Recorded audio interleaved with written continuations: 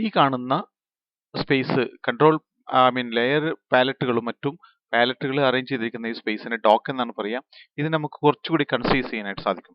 ഇതിനായിട്ട് ഇവിടെ ഈ കാണുന്ന ബട്ടണിൽ ക്ലിക്ക് ചെയ്ത് കഴിഞ്ഞാൽ ഇങ്ങനെ കൺസൈസ് ചെയ്ത് വരും. ഇനി നമുക്ക് വീണ്ടും കൺസൈസ് ചെയ്യണമെന്നുണ്ടെങ്കിൽ ഇവിടെ ക്ലിക്ക് ചെയ്തതിന് ശേഷം നമുക്കിങ്ങനെ ഡ്രാഗ് ചെയ്തിട്ട് അടുപ്പിക്കാവുന്നതാണ്. അത് മാത്രമല്ല ഇതിനെ ഡ്രാഗ് ചെയ്തുകൊണ്ട് ഇതിനെ താഴേക്ക് കൊണ്ടുവന്ന് വെച്ച് ലോക്ക് ചെയ്തുകൊണ്ട് ഒരു ലെയർ കൂടി നമുക്ക് ഇവിടെ സ്പേസ് അറേഞ്ച് ചെയ്തെടുക്കാവുന്നതാണ്.